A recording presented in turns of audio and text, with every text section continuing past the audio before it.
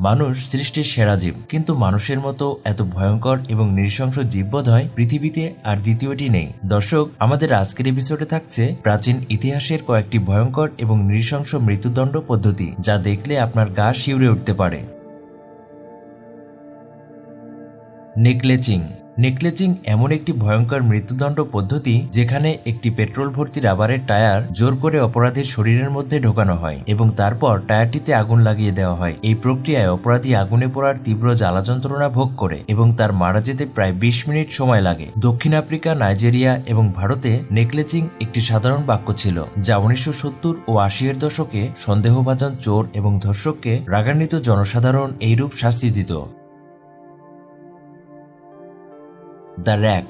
সর্বপ্রথম প্রাচীন গ্রিসে এই পদ্ধতি চালু হয় এবং পরবর্তীতে মধ্যযুগে ইউরোপে চালু হয়। সাধারণত একটি টেবিলের উপর অপরাধীর 4 হাত পা